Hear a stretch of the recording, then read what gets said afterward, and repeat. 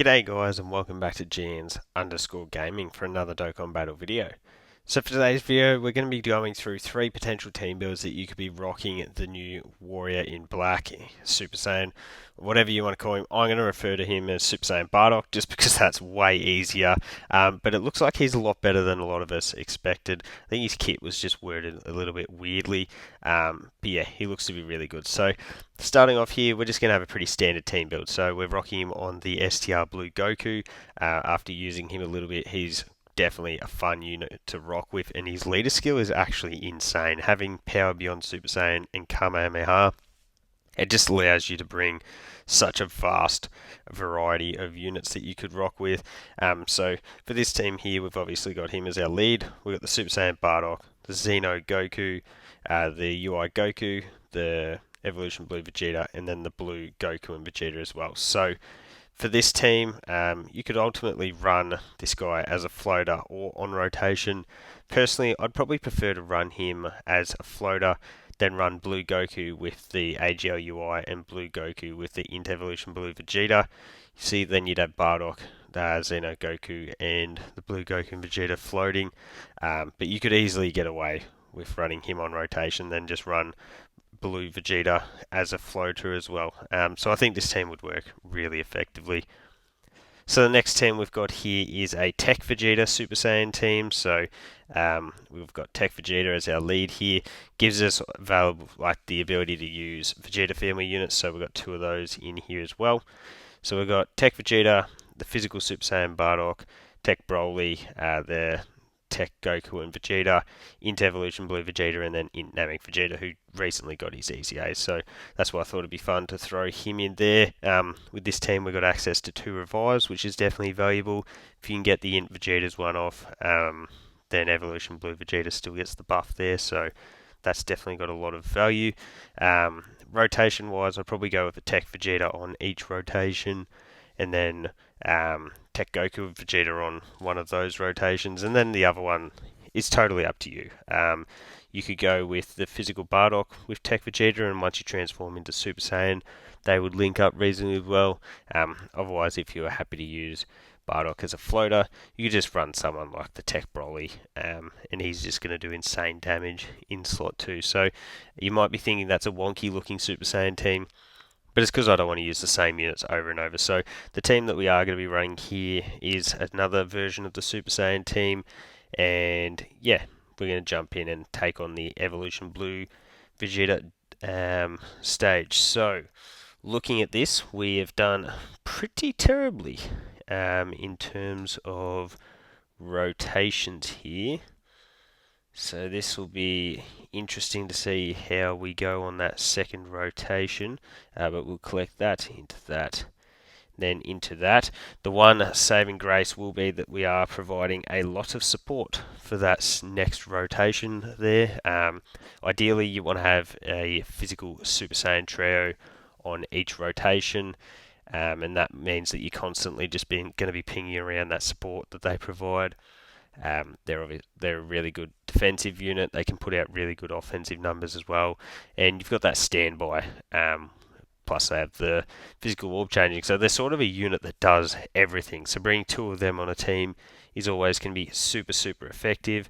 You'll see in slot 2 we've got the physical Gogeta, another top tier option like rainbow orb changing, tons of damage. You transform, and then you've got the target mechanic as well. You can get the guaranteed crits. Yeah, still an absolutely awesome unit. I'm very intrigued to see how they bring him back, because we have been getting the messages that he would be returning on an upcoming banner. So very intrigued to see how they sort of present that there, like him, the gammas and whatnot. So we could get some shenanigans with that. And then yeah, on the second rotation, I think we had like the STR Gohan, who's super good. We've got the Bardock, and we also have Bulma. So Bulma's an interesting one here. We could potentially utilize her as our slot 1. We'll have a look and see what the attack spread sort of looks like. I have no issue with using the STR Gohan as a floater. I think he does work pretty effectively in that role.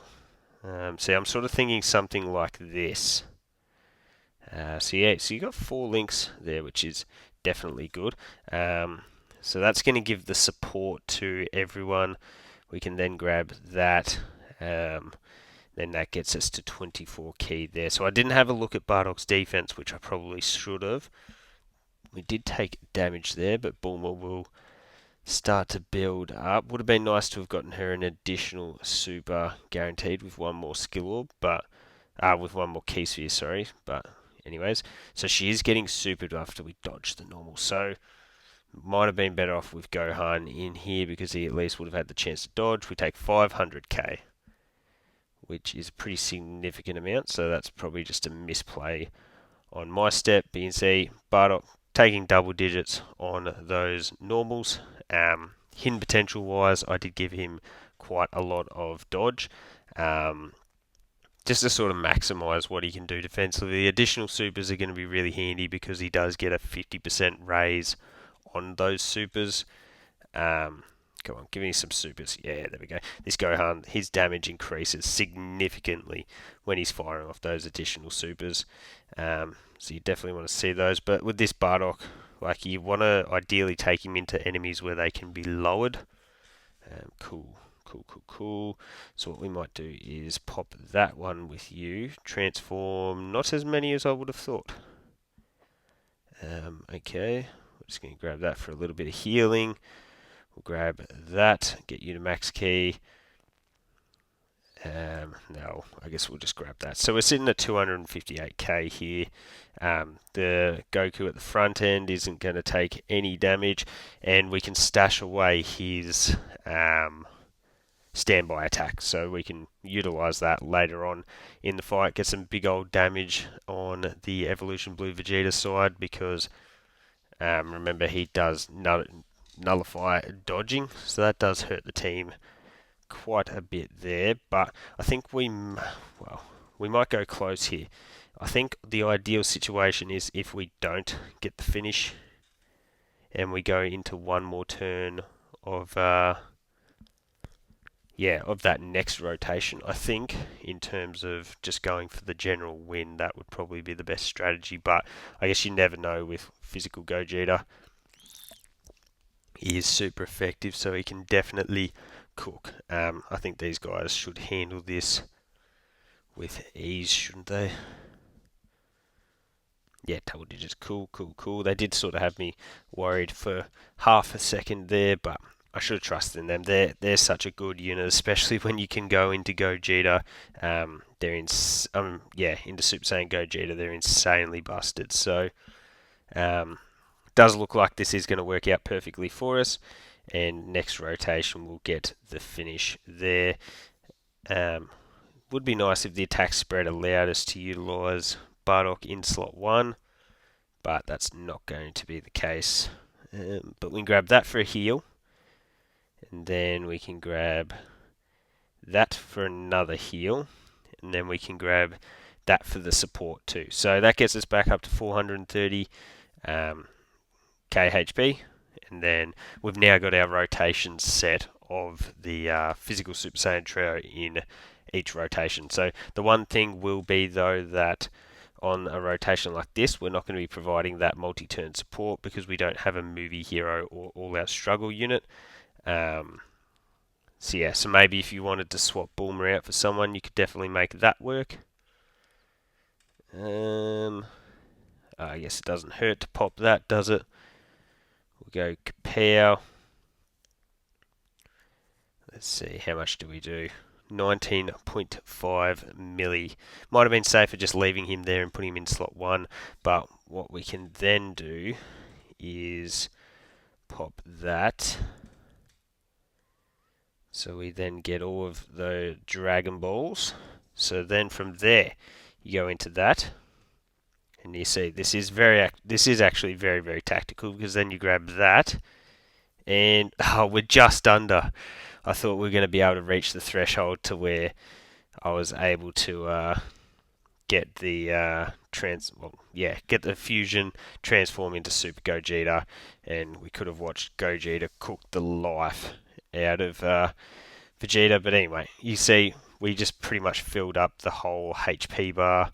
I mean, the whole Dragon Ball bar, whatever you want to call it, for the family Kamehameha when that comes around next. So pretty much to get the win here, all we would have to do is survive this rotation and the next. So we should be looking pretty good. We're providing the support with the Super Saiyan trio there to the next rotation.